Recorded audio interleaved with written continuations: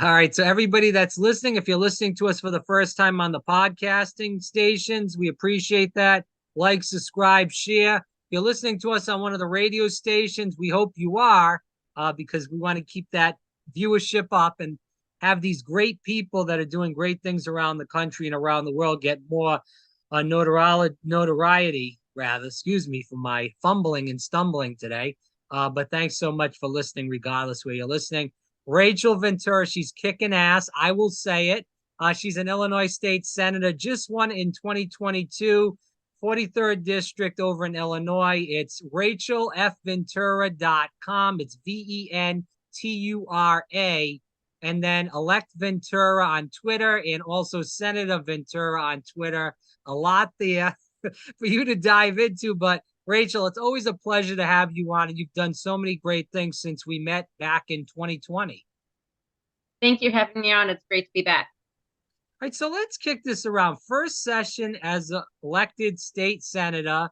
Like I said before we went on the air, you've been kicking ass in there, taking no prisoners. You went in there, raising hell, and you've got a lot of things done. Obviously, there's still things that need to get done. It's America. We all know that. But can you talk about the first session and how much you got done as a freshman state senator? To give a little context, the when freshman senators come in, there's a saying that freshmen are meant to be seen and not heard.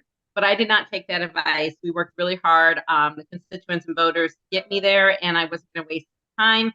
So I filed 44 bills, or 45 bills technically, and we were able to get 9 of them passed, 1 in an omnibus package, and 3 going to veto session this fall. So yeah, it was a lot to learn in a short period of time, but I had the support of a lot of advocates who care about the issues, and some mentors in the Senate kind of helped me navigate the process. But I will say that my time previously as a Will County board member really helped me understand when those deadlines were coming up, what I needed to do to get my bills in committee and ultimately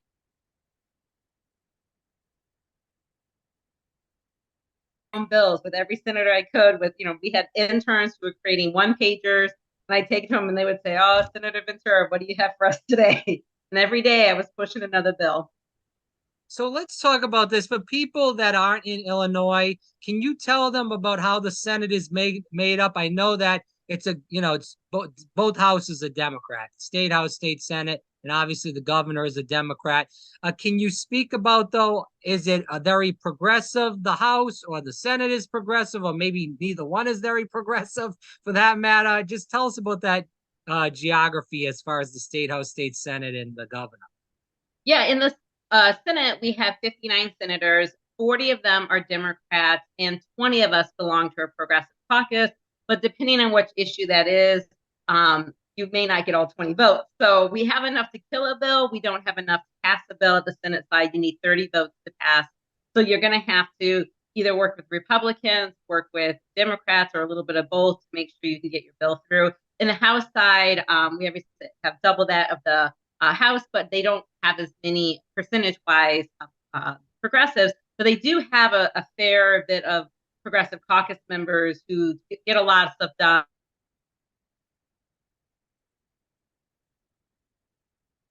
They really strong arm the other Democrats to make sure that they get the votes, and then of course have a more progressive leaning governor. Right. So I wanted to talk about these. You guys went into overtime. We were supposed to do this interview a couple weeks back, but you guys went into overtime with the session being pushed out a little bit. A lot of big bills did get stalled: the sub minimum wage, the biometric privacy, human composting, cannabis cost search, which I know you had some involvement in that also. The corruption convictions, the electric cars for the government officials, and the rainy day fund. I know there's a lot there. I'm big, obviously, in the sub minimum wage because I have family members that are disabled, and I think that they should be treated with respect and dignity in general. And obviously, electric cars is a big thing, as well as the cannabis cost search.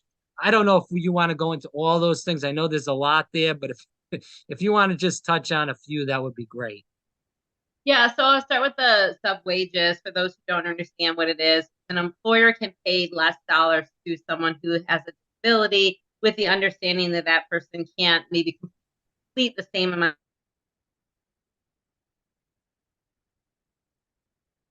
First time this bill has been brought forth. It did not move forward from both houses, but I do know that this bill that's going to continue to come back up.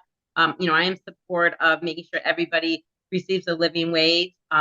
We don't want to see anyone exploited, whether it's because they have a disability, because they're not a union worker, or they work in a certain field. We see constantly across pockets of Illinois where there are workers who are exploited.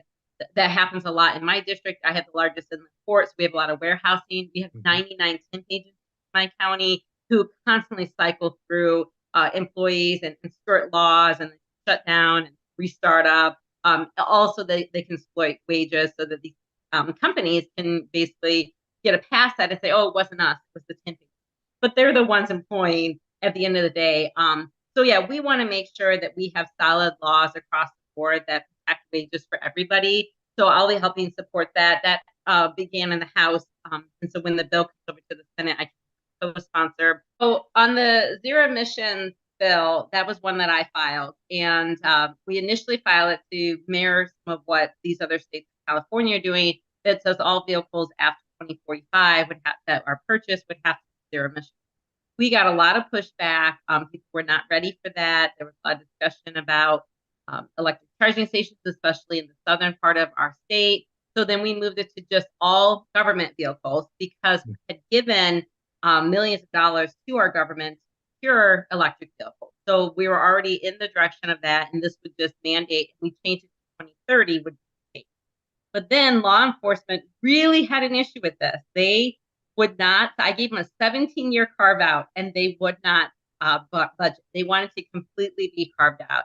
To me, this looked more political than it had to do about the technology, because our Department of Transportation is working with our central management to install EV charging stations all along our highways throughout the state, and that's going to be done in the next 7 years. So to give them an additional 10, that's where the 17 came in, that there'd be plenty of places for them to charge. And of course, the number one place for them to charge is where their vehicle is stored overnight. But so we ended up carving that. We filed another amendment. I think there were 8 or 9 amendments on this bill, because once we carved them out, local government wanted to be carved out. Then IEMA, which is our emergency management assistance, wanted to be carved out. And when I would have meetings with people, what I found was that they were just uncomfortable with the technology because they just didn't know enough about it. And so what it made me very aware of how much more education we need to get out there to people, that your car system's not going to up and die and there's nowhere to charge it, kind of thing. So we need to have people understand the range of some of these vehicles, how often you have to charge it, where you can charge it, what the different levels of chargers there are, and what some of those costs are. But at the end of the day, this is a savings of $12,000 per vehicle over the length of the vehicle. So this is not only good for our environment, this is really good for our budget too. So this is going to the veto session. These cars cost quite a bit of money.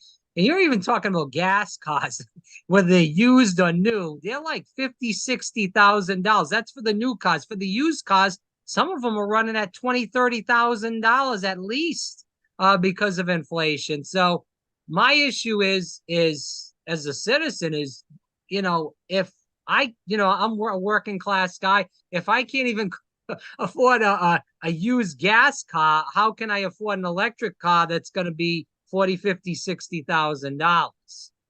Well, a couple of things on that. There are cheaper models coming on the market. If they're made here in the USA, you do have the chance to get the federal incentive of $7,500. And the state of Illinois passed one that gives you a rebate of $4,000 on electric vehicles. That's almost $12,000 difference. And then, of course, as cars continue to stay on the road, we're going to see a used market. And that is where we're going to traditionally see where people like you and I, working class, we don't buy new cars, right? We buy used cars. And so in order for that to happen, there needs to be enough cars that are being purchased now, so in a few years that there will be those. So I understand the pushback, but the other thing I want to look at, though, too, is the United States EPA released this year the 70% of all vehicles on the road, including medium and lightweight trucks, all passenger cars would need to be at zero emissions by 2035, which is not that far away. Now, of course, Congress has to approve it. And with a Republican Congress, I'm sure it's going to be whittled back. But even Biden said he wanted it to be at 50%. So the issue is that we're moving in the right direction, but how do we get there, and how do we get there in an equitable way? And that's why the way I look at it is force the government vehicles to do it first. They're going to install the infrastructure for the charging that isn't then going to be put on the burden of individuals having to try to find a place to charge their car if they live in a rural area, because the state will have already picked up that heavy burden.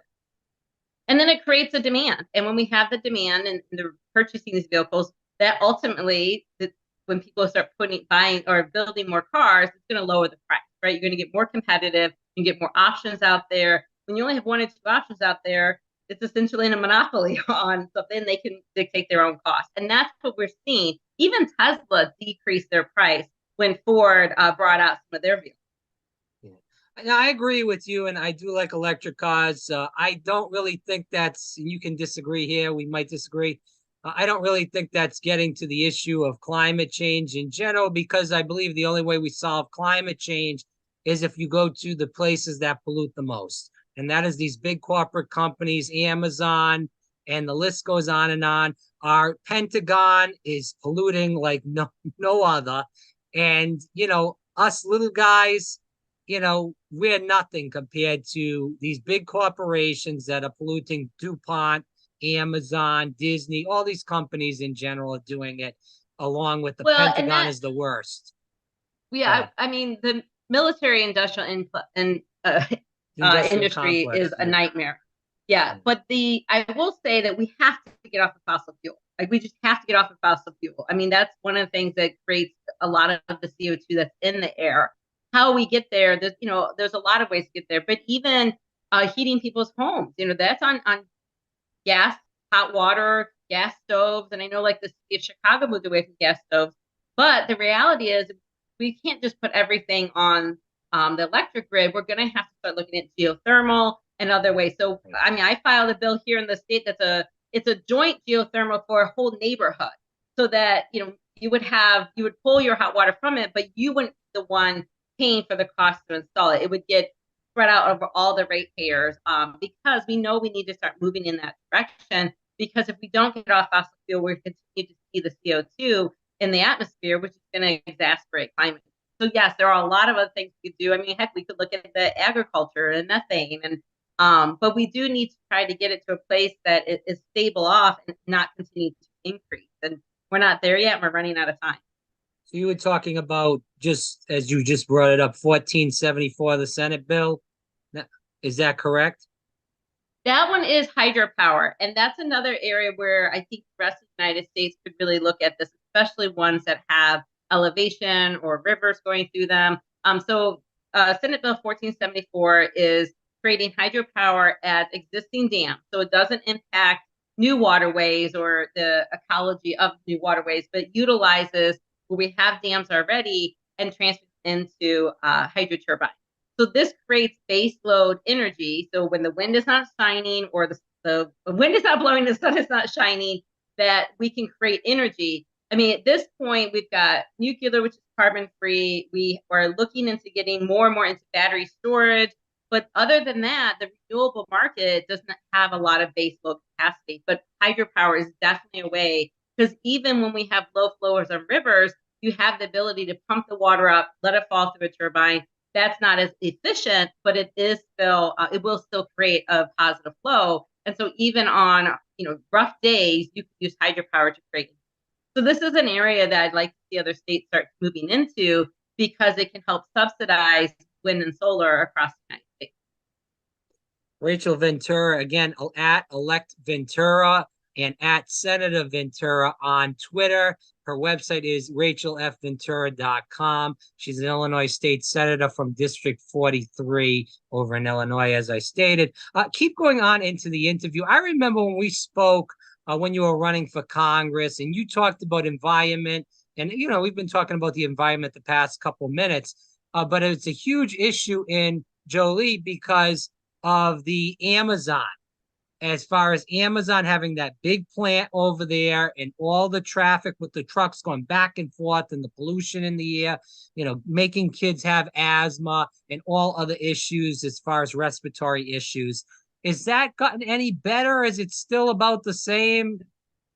So, so you're just discussing the largest inland port in the area called Center Point. Amazon does have warehouses all in this area, but the issue is so does every other company.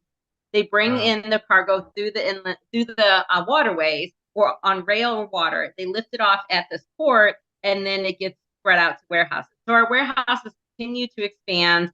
We have changed a number of political individuals and their elected officials in the area. So we're hoping to see that there's a better way of utilizing different areas that are more ripe for that type of industry instead of having this unchecked warehouse expansion that we've been having. But no, things have gotten worse. The fact that the state just passed a cargo airport. So now on top of rail and water, they want to fly cargo into here. And it's not right next to the port, which would make sense. It's a ways out. So now they're probably going to want to build freeways, ship that over. So the bill actually was an RFP, which is a request for proposal. So they are asking people to come in and propose what it would cost them to build this airport. This has been a 30-year conversation, and every time it's come up, the people who live here say we don't want it. There were other airports this time, O'Hare Airport, Rockford Airport, also saying no, we don't need another airport. Like that's the last thing we need. And to ship more product, at least on the rails and the when it comes in, the only thing we have a problem with the trucks is exporting, right? The product comes in, that's not a bottleneck, but when you ship it out, you're shipping out in trucks to these different warehouses or directly to people's homes. But now, if you have an airport bringing stuff in, now you're going to have trucks driving it across and driving it out. So you now have an import and export problem. So it's become a hot mess, and I think we're going to continue to see this trend because of how much people are moving to online sales for everything. I mean, look at Bed Bath and Beyond just shut down their stores, and I think it was Overstock that just bought them on auction. And Overstock is an internet company. So the reality is, as we move towards this, we're going to have a bigger problem with that. So I did file a bill called the cargo tax, cargo container tax, which says that for anytime trucks drive on our roadways after leaving or picking up at an inland port, they would have to pay a weight tax, not unlike our overweight trucks do today. And we would actually limit the weight tax to slightly less than that because we're already collecting on the overweight. So any of these trucks driving in and out of the inland ports would then have to pony up money. And the idea is that money would then be set aside for transportation and roadway infrastructure improvements, because currently all of that is falling on the people who live there, right? The tax payers in that area. So it's a huge burden. And then we're the ones having to deal with the asthma and the environmental impacts as they build these warehouses. It creates water damage. And then the taxpayers are the ones having to pay for that. So we could take some of that money as this industry continue to grow and invest it back into improved infrastructure. That would be ideal. Obviously, this is another uphill battle, and we need to get a lot more people saying, yes, we need this in our area, because some people have just given up. They're like, the trucks are here, and what else can we do? And it's a very defeatist attitude. And we need to tell them that, yes, there's a way that we can still try to make it a little bit better for us and use some of those dollars to improve things like water drainage, to improve air quality, to try to limit the amount of trucks going into neighborhoods by having signage and stuff like that. So it's still a battle here in my district. I know that was a big issue for you when you ran for Congress against a very corrupt person that's still in office, unfortunately. We'll leave his name out of this, but regardless of that, I wanted to bring that up because I know it's an important issue. Keep going on into what happened with, with the legislature Yeah, in I this want to session. touch on a little bit of the cannabis before we jump off too far Yeah, on that, sure. Go because I ahead. think this is a really important bill, which was surprising how it all kind of came about. So initially, my predecessor, who was a lawyer, had filed a bill to codify a court case here in Will County that said that the smell of cannabis by itself could not be used for probable cause to search someone's vehicle. I had someone who came from Aurora and said to me that the police were using this as a loophole to get out, basically searching anyone's vehicle. It would be pulled over, and not all of the officers, but a handful of officers would then say, "Oh, I smell marijuana, get out of the car and search it." Now, whether they did or did not smell marijuana, are you going to argue with the police officer who says that? And so then they would search the car, and this was becoming quite a problem. In fact, as far as some people having cavity searches based on this. So I was asked that I refile the bill and include the words or persons. You can't search the car or persons. And so I said, of course, I'll file this bill. It became quite the ruckus. I had to have subject hearing just to even have the bill heard on committee because people were they did not want to take on law enforcement. And it was like, look, this is just codifying a court case. And there were two courts in the third appellate region that also ruled on this. Now, this is important because in the fourth appellate court, that they ruled against it. So then we had quite the time getting this through committee. But even what's interesting is even one of the senators who sits on the committee talked about his own experience. Now, he's an African-American senator. His name is Willie Preston. And he talked about how he had been pulled over, had never smoked marijuana, and a police officer had done it to him. And of course, he's freaking out. And so he just gets out and complies with the officer. This is before he was a senator. So he's like, I know exactly what they're talking about. Because at the end of the day, this isn't about marijuana, which is legal. Cannabis is legal in the state of Illinois. This is about racial profiling. And it gives them a reason to pull someone over, harass them, search your vehicle in hopes to find something else. It's not unlike not using your turn signal and getting pulled over and then being harassed until something more happens. We were able to get this through the Senate. In the House, it's stalled because they were doing an omnibus package, which means every cannabis bill that had passed the House or Senate was getting included into this and to be sent back over to the other House. There was a lot of discussion about regulating Delta 8, which is a new strand of cannabis that is being synthesized from hemp, and it's caused quite the ruckus here in Illinois. And because there was a disagreement on that, this part did not move forward. Now, since that happened, the Illinois Supreme Court has now taken up this case specifically about probable cause and the smell of cannabis.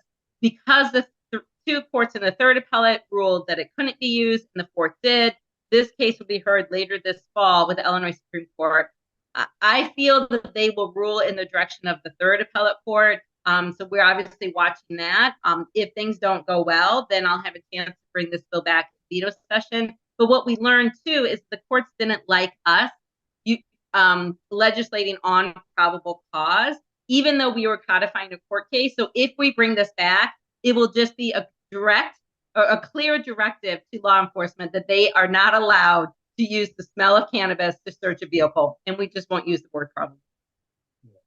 It's sad that we haven't moved past these issues, but we're still deliberating on stuff that should have ended rather years and years ago. And I want to add one other aspect to that, because we get a question about this. People like, oh, you want people to drive high? No, absolutely not. We want people to follow the law. But even with alcohol, the smell of alcohol cannot be used to search your vehicle. What it can be used for is a sobriety check. If you fail your sobriety check, that is probable cause for an officer to search your vehicle. So if anything, we just want to align this with the laws that are already out there for all. Yeah, and thank you for explaining that to people listening. I want to talk about, a bill that was pushed through about surveillance. And I know a lot of people that, watching this, and this is an important issue to me too, as far as surveillance, because, just to go back to COVID-19, we know that the vaccine cards were an issue of surveillance to show people who got the vaccine and who did it. This was whether you got it through Walgreens, CVS, or other pharmacy or Walmart. This all went back to the CDC as far as surveillance of how many vaccines you took and other health issues. And I don't know if that was a good idea. Regardless of that, now we're seeing this issue with, over in Illinois, and you were the only person that voted against this bill to make sure that there was no surveillance period in parades, because the police are trying to fly drones over these parades to surveil it. We're getting into a place in America where the freedoms are very much almost gone, to be honest. They're dwindling away. And we're seeing this in every aspect of our life, and they're trying to almost make it like China with these aspects, with the drones or with the cameras all over the place. It's not just at traffic circles sometimes, it's everywhere you go now. So, why were you the only person to vote against this? I don't know. You So talk to these people. yeah, so an interesting thing about this. So I want to talk a little bit about team mentality. So I've always been told that I'm the rebel rouser. I'm not a team player. I don't get along. I disagree with that. I think I am a team player, but I think for myself. So if there's a moment that doesn't make any sense, or it's not right for my district or for my constituents, Right. I'm not going to just go along with the team, because then how is that helpful to the people who got me to where I am today? So this is one of those moments. And I want to talk a little bit about the history of this bill. That this bill originated in Aurora, where the same police were doing those searches, and a couple years ago, and it didn't move any. Then we had the Highland Park shooting at the Right. parade, and when they brought this bill back, there was all kinds of discussion. Now, the Aurora police were the ones who gave testimony on this bill, not the Highland Park police. But the message that got out there was, had we had drone surveillance during the parade, those people's lives would have been. Now, I don't necessarily think that that's true. I think people who are set to do bad things will find a way. They know there's surveillance, they hide it, they hide the weapon. And so I think that to fight hate with surveillance is not going to be the thing that wins us at the end of the day. Instead, what it does is, like you talked about, it creates this overly police state. And the reality is that freedom and safety are on two opposite ends of the spectrum. You give up your freedoms to be safe, and vice versa. We have to find a balance, a place that makes sense where we, yes, can be safe, but we also can make choices for ourselves. And I saw this bill, even though they're saying it's only going to be for parades or special events. Yeah, but the way things But work in that's how it Springfield, starts. It starts that's as right. something small, and then they just expand it out fully. That's right. And they say that on every other bill. We'll take one bite at the apple now, we'll come back for the rest. Incrementalism. They do this now, come back. So that's exactly what I saw this as. That if we allow for this, then what's next, right? Then by the time we get through with all this surveillance, you're going to have drones over your backyard. Nobody wants that, right? And we have so much video surveillance. If video surveillance was solving crime, we would have the lowest crime ever. And we don't. So that's not what is needed. And it does. It freaks people out. It creates a more fearful environment. I'm not saying that video surveillance and drones have never been helpful. They have, but we have to be smart in where we balance things at. So after I voted no, and I was the only no vote, and I told a few people, like, hey, what do you think about this? Like, I'm really concerned, especially the Black caucus, the Progressive caucus, the Latino caucus. These are individuals, the caucuses I went to, and they said, well, we're going to let people vote their conscience. And I thought, okay, well, they must be like me. They don't want the police flying over their stuff. But when it came down to the vote and they started talking about the deaths of Highland Park, and the legislator who lives in that area had a very heartfelt speech. And I understood how it could move people. But when I voted no, afterwards, people came up to me and said, oh, if I knew you were going to vote no on it, I would have voted no. And I'm thinking, where's your conscience? You don't need the team mentality for every single thing. Sometimes you just need to think things out and say, what is best for the long term, right? I mean, this one bill might have been okay, but what about the next one? What the next one? It makes it a lot harder to stand on saying, no, this is not helping our police out. This is not keeping our neighborhood safe if you've already set that precedent. Well, it's just really sad that you were the only one that stood up. These other people are supposed to be elected officials. They're supposed to be leaders, and they can't even stand up for something that they supposedly believed in because they didn't know that you were going to stand up. I mean, come on, this is a joke. And it's really sad. This doesn't happen just in Illinois. This is happening all around the country in Congress too. It's the same thing that people say they talk the talk, but then when it comes to walking the walk, they don't do it. They sit down. So it's just really sad. Yeah, and it's Yeah, tough. I mean, I understand that there are times that I might be a little wishy-washy on a bill because I'm like, some of this, the fine print gets me, but yeah, then ultimately I could see there's good in this bill, and the majority of my colleagues are voting for it, and I say, well, this is a gray zone. I think I'll vote for it. And you hope for the best. There are definitely moments like that, right? Because not every bill is cut and dry. And the reason they're not Right. cut and dry is because of compromise. In order to get one group happy, you got to compromise for the other group. And so you're carving things out, you're adding things in. No bill is going to be perfect if you're going to get all the votes you need to get something through. So you have to basically look at it and say, what is the best thing as a whole for the people in my area that this bill represents, and can I support it or not? But I'll tell you, I think too many times people get a little bit nervous about pissing off the powers to be. And I want to put a plug in there that I don't take any corporate PAC dollars, and there's only one other senator who doesn't take any corporate PAC dollars, and that's Mike Simmons. And I don't take dollars from lobbyists who, they take you out to lunch. I always buy my own food if I go out for lunch or dinner. And it ruffles people's feathers when I say like my own check. And it's like they think I'm casting shade on others. And I was like, no, you can do whatever you want to do. But I know at the end of the day, my conscience is going to be clear that I'm never going to have that conflict of interest with money ever. It's always going to be what is best for my constituents and my beliefs. So look, if you don't like my beliefs, vote me out of office. But it will never be because of money. It will never be because of that persuasion. And I see other senators and House members struggling with this. And so if this is happening at the state level, I guarantee you, well, we all see it, it's happening at the federal level and every level in between. So it's hard to do what's right every single time. It's even harder to do what's right every single time when somebody is paying you to not. You are what America needs. People that don't take the corporate PAC money, that people that actually stand up, people that actually go into public service and get things done. A lot of these people talk to, and I'm not just saying this to blow you up.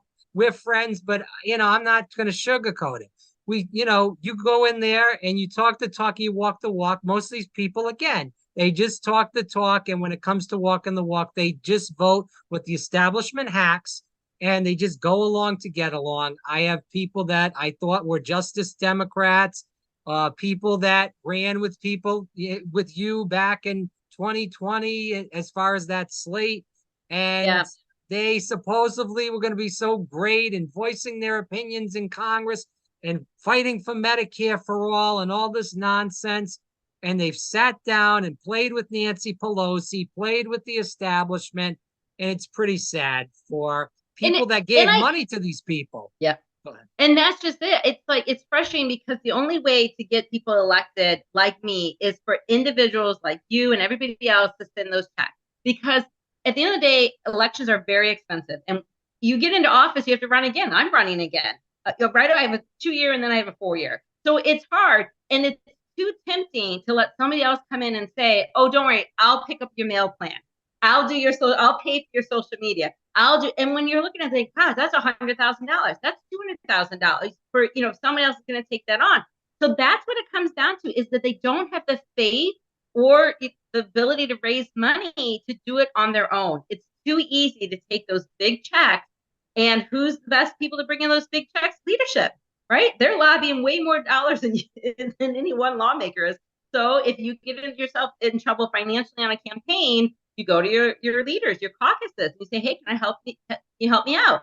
So then you see someone posing up to Nancy Pelosi, or in our case, President Don Harmon, or on the speaker side, Chris Welch, because if they have to get reelected and they haven't built a team, they haven't been out there fundraising on their own, or even know how to fundraise on their own to talk with individuals, it's not going to happen. And it's a lot of work. I'm not even going to lie. It's so much work. And I won with very little money when you compare what I raised to what people who, like in my primary, we raised $65,000 to, or I think in the end it was $85,000 to the $1 million that my opponent had. So how do we beat that? We got to keep telling people that you can win, you can do those tough votes without taking money from corporations, from lobbyists, from the party, that you can have trust of your vote. If they voted for you, they're going to support you. And you got to go out there and ask them to support you and stop taking dollars. Well, listen, you were on the Will County board for quite a while. And then you also ran for Congress. You were born to do this. You were prepared to do this. You had that good support staff. So they could raise $1 million, $2 million, $3 million, whatever it takes. But even though you were raising with the small dollar donations, you had those proven results in your past position at Will County, running for Congress. People knew who you were, they knew what you stood for, and they know you said what you meant and you meant what you said. And that's why we appreciate having you on. So, you're in a Democratic district, but obviously there's other people in that district that aren't voting Democratic. This country is extremely divided, and it's gotten even more divided since Donald Trump's become president of the United States. When he was started out, it was very divided. It's got even worse. This is not just on Donald Trump, though. This is on Hillary Clinton. This is on Barack Obama. This is on Joe Biden, as well as Donald Trump and the Republicans.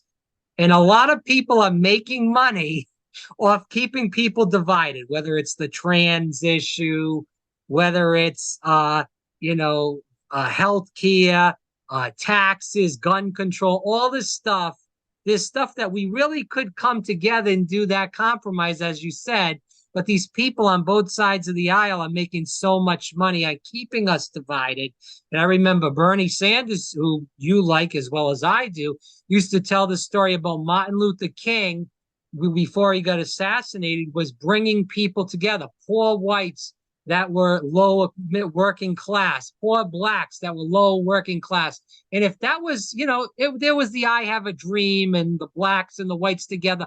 But what his real vision was to bring that working class black and that working class white together to form unions and stand up to the establishment. And if he really got that done, that really would have changed the world for the better. Instead, he got killed. And I'm not going to go into that because I'll get censored. So we'll keep it at that. But regardless, yeah, go ahead. Well, I was going to say it's economic stability. That's what it comes down to. I mean, that's where we can come together. And we have to, so I'm a progressive, but I'm an FDR progressive. I'm someone who believes in a guaranteed job, that you can go make money for your family. You can then have the quality life that you deserve because you're working. You should be able to have things like a house. I think a house is a basic right. You can have food for your family. You can have health care. You can have a quality life and have a little bit of money, at least a little bit of money left over to do the things that you care, the things that you want to do, the recreation, go to a baseball game or have a barbecue or do your hobbies and whatever it is. The fact is that too many Americans are continuing to be underpaid, overworked, or work 2 or 3 jobs and still aren't able to meet and after COVID, gosh, it's only gotten worse, even though there's better opportunities for jobs out there because of the labor shortage, because we, lost 1 million people. But the reality is that it's not enough because the shift of wealth continues to shift to the ultra rich, then to the 70% of people in this country or have less than half of the wealth. 70% of the country have less than half of the wealth. So, and the majority of it is in that top 1%. So we have to have laws that change that. And we're not moving aggressively for that. I supported the tax here on basically on our Wall Street. It's the LaSalle Street tax, what it's called. I also supported another progressive tax. Senator Martwick filed a bill to have some type of graduated tax because we have to have our rich paying their fair share. On top of that, we have a number of tax credits that they pass through. And I refuse to vote for these tax credits, which are just tax havens for the rich. And then they disguise it into a number of things, whether it's art or education. And they're like, what? You don't want to support poor people in these areas? And it's like, no, I don't want you to dangle it like it's one thing when the reality is you're not having to pay $1.25 million in tax liability because that's some of the caps on that. And think about that. My tax liability in this state has probably never been more than $1,000. I probably a couple $100 every year is what I paid the state tax, right? So, I haven't made a lot of money before I was the senator, so maybe that's why. But $1.25 million tax liability. How much money would you have to be making in order to pay that? And when corporate taxes are so low anyway. So that's the cap. When they talk about this being tax credits for the working class, no, then the cap would be like $5,000, $10,000, right? That would be the reality of what your tax liability is. So I want to be very clear that if our state is doing this, every other state in the union is doing this too. We're giving tax incentives and deals to the rich that the working class are not subject to, and then we pick up the burden.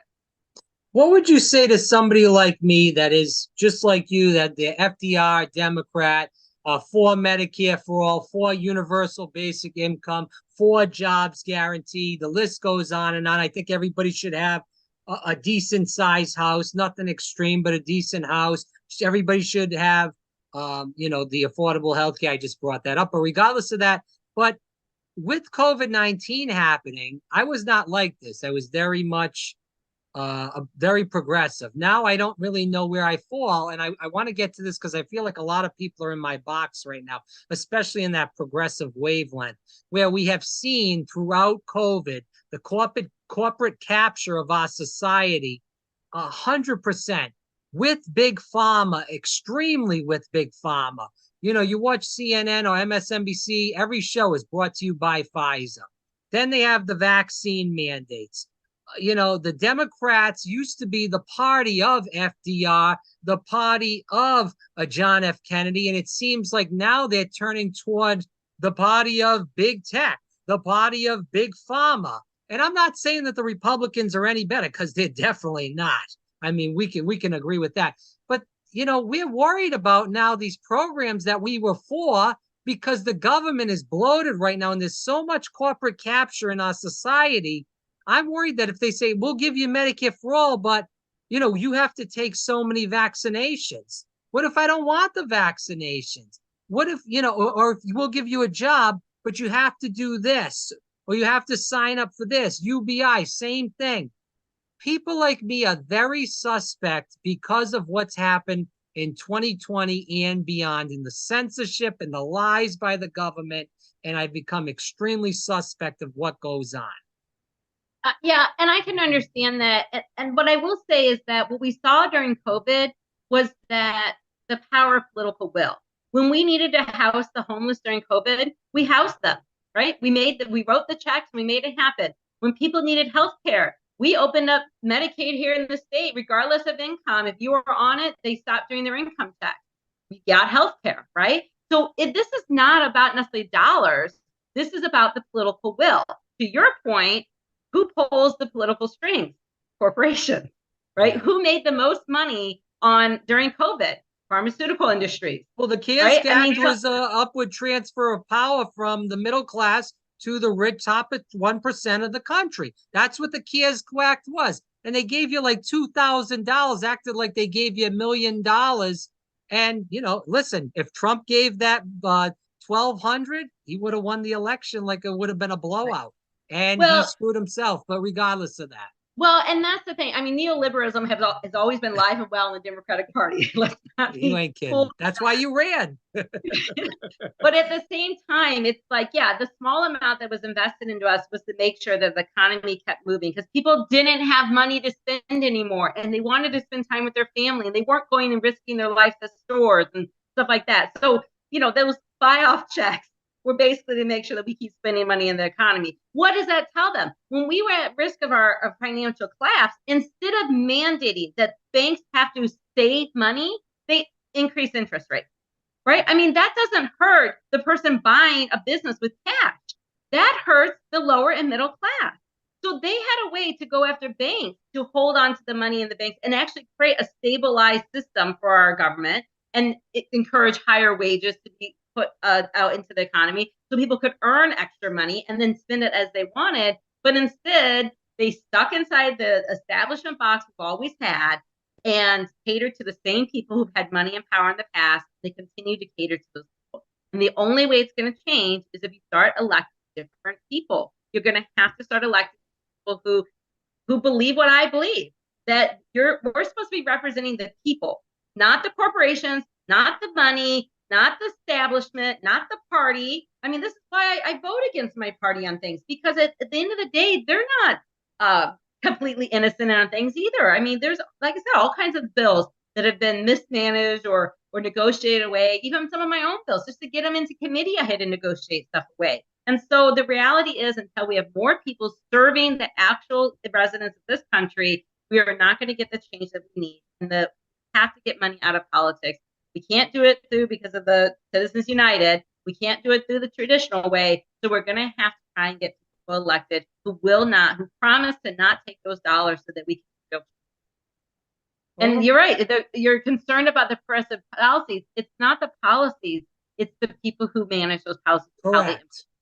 I do want to speak about crime and immigration. And unfortunately, due to the news, when people think of Illinois, they think about Chicago. And thinking about Chicago, they hear in the news about the crime and the immigration.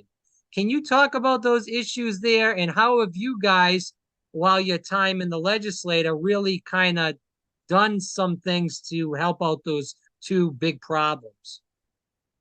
Yeah, so typically people hear about Chicago, it's gun violence, gang violence, stuff like that, and continuing to make sure we have resources and hope for people to have pathways going forward. We have a new mayor, a progressive mayor, Brandon Johnson, in the city of Chicago, who has, obviously wants to address this and is really trying hard to provide nonviolent solutions, providing resources. But the reality is, if you know you can't get a job, can't get through school, you're having a hard time with maybe your health, what other options do you have? I mean, it's the same thing. Why do people join gangs?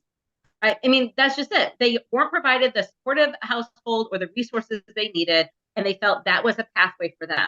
So we have to show them that there's other pathways out there. I think Illinois continues to make progressive movements on this to make sure that we are ensuring jobs, education, housing. I mean, these are some of the basic things that we need to move forward on. For immigration, we continue to take in refugees and provide resources for these refugees. That it does create a strain. I mean, on this one, I sympathize for some of these red states who have been having to deal with it for a while. Again, this goes back to a federal issue. We need to have clear immigration policy.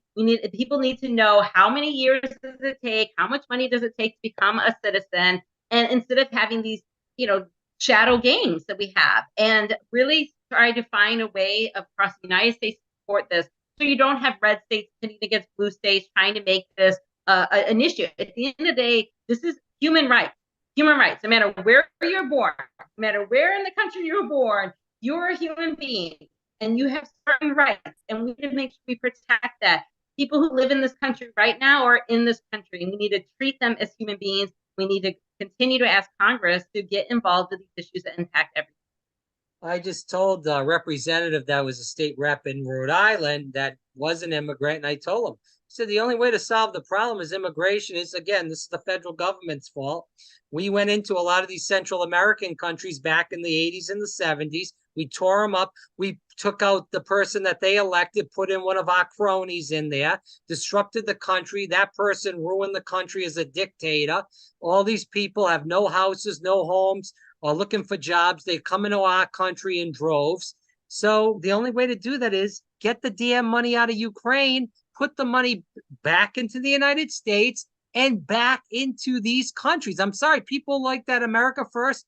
I'm an America first person too, but we created this problem in these Central America countries, so we have to pay for it now. So we either want to let 100 million people in the damn country, or you go to these countries and say, listen, we're going to give you so much money to try to create better houses, better jobs for these people, so they'll stay here and they won't migrate to Arizona, to California, into Texas, or even through Florida to try to get into this country. And that's the way you do it. That's how you stop the migration. And that's the only way you can do it.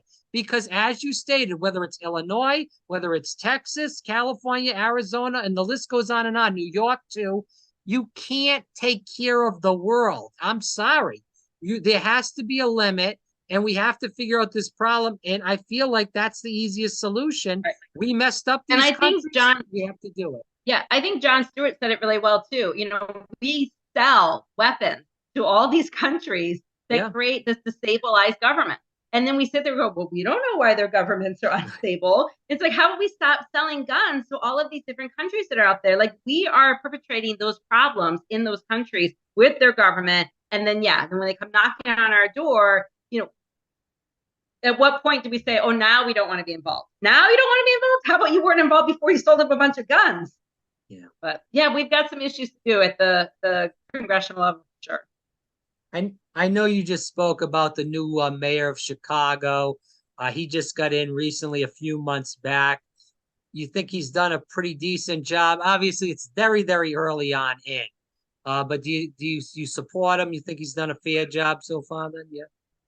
Yeah, I think he's done a good job so far. I mean, obviously, anyone taking over a large city like that, it's going to take a little time. But what I've seen that he's done that I really think is the right move is he hired staff who are progressive and understand the impact of investing in the low and middle class.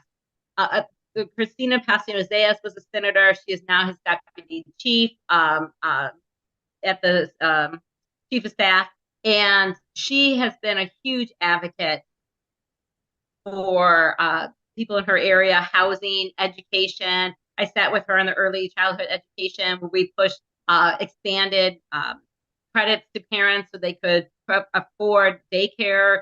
I mean, she really has an understanding of the problems that working families are facing right now. And so, I mean, she's not the only one. He's hired all kinds of staff, but to bring someone like that or a multitude of people like that on board and clear house, that tells you change is happening.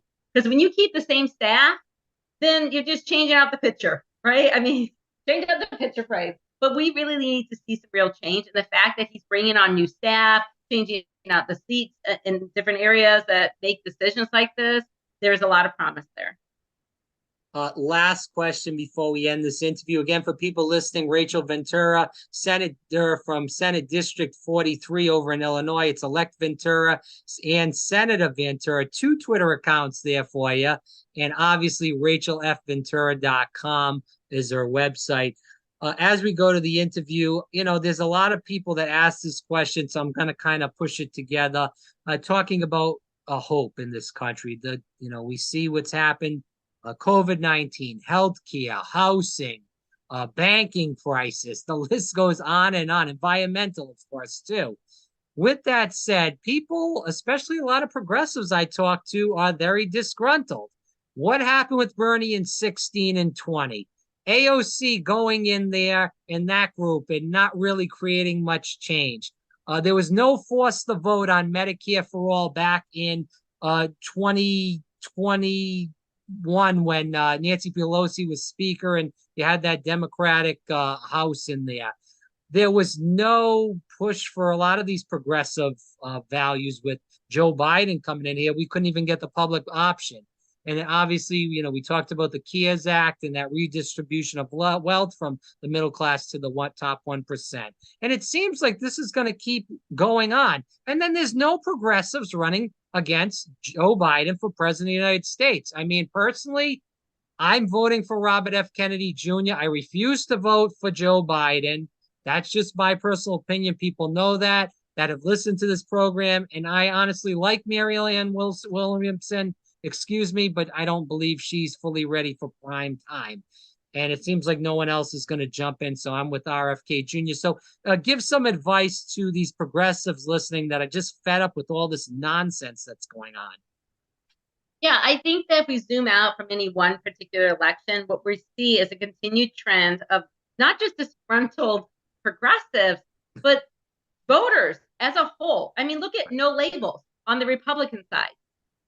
Cornel West is running as an independent on the left side. What's happening is people are moving away from the Democrat and Republican Party. We saw this trend before. It's continued to grow. So what does that mean? It means America is ripe for something else. In every disaster, there comes an opportunity for new growth. That is what I'm going to have people hold on to. That hope that we are at the precipice of new growth, of something new, because this cannot continue. It won't continue. I mean, we're going to continue to see issues that are going to push the hand of the status quo. And if the status quo cannot respond in a way that meets the needs of the people, then it will be dismantled. And whether that's something like new labels or a third party, or I don't know how it facilitates itself, right? But the reality is the thing that is driving those movements are the people behind it. When you have a wave of people demanding change, it happens. And we talked about MLK earlier. And, there was a few, Kennedy, MLK, Malcolm X, but they weren't alone, right? They were propelled by the millions of people who supported their ideas, their beliefs, the plans they had. You know, I listened to Simon Sinek, and he talked about Martin Luther King didn't say, I have a plan. He said, I have a dream, right? And it's not the plan people signed up for. It's the dream. It's what we all believe in, right? That we are all one people and that we all deserve a quality life. Those are the things that pull us together. That is the unity. And we need to continue to remember that and talk about that because new leaders will emerge. They will. I mean, that's just the nature of things. But which leaders follow? And sometimes the leaders are put in front of us and we only have two options, right? But other times we say, no, we're going to go with option C. We're going to create our own option C. And I truly believe that whether it's this election or the next, America is moving into an area where we're going to start having more leaders who believe in things like myself, who believe in the people and not the dollars, who believe in love over hate, who believe in common sense policies over power. And when we can keep seeing people like that rise and empower people to get involved, we will see change. So hold on to that hope. My last thought before we call it quits today is you have people like Matt Gaetz and Marjorie Taylor Greene and Lauren Boebert. People might not like them. They might think they're batshit crazy. But besides the point, when there was a push for the new Speaker of the House, whether it was going to be Kevin McCarthy or not, those people fought like freaking hell to get what they wanted done. And that's what we need from people that are progressives, to stand up there and fight like hell. And it seems like the Republicans have the fight, but the people that are the progressives that we push through, and the Justice Democrats and all these other organizations that were progressives, they didn't stand up to Nancy Pelosi. They didn't stand up to Joe Biden. They just gave in and took a kneel. And it's really sad, unfortunately, because a lot of people, again, gave these people money, their hard-earned money, because they believed in them and believed in their fight. And these people just took the knee and just sat down. So it's sad. But anyways, we'll end it there. Again, Rachel Ventura, 43rd District over in Illinois for the state Senate. It's rachelfventura.com. Elect Ventura at Twitter, and also at Twitter, Senator Ventura. Anything else people can follow you on or help you out in any kind of way as we end the interview? I know the election's not till next year, but. Yeah, I mean, we're always fundraising. And so feel free to find me on any of those online. I'm also on LinkedIn. I'm on TikTok. I'm on Instagram. Basically, it's out there. I'm on it. Feel free to send us a few dollars. You know, we're always taking dollars throughout the race so that we can make sure that we're always representing real voters and not the corporate interests. Thanks a lot for having me on.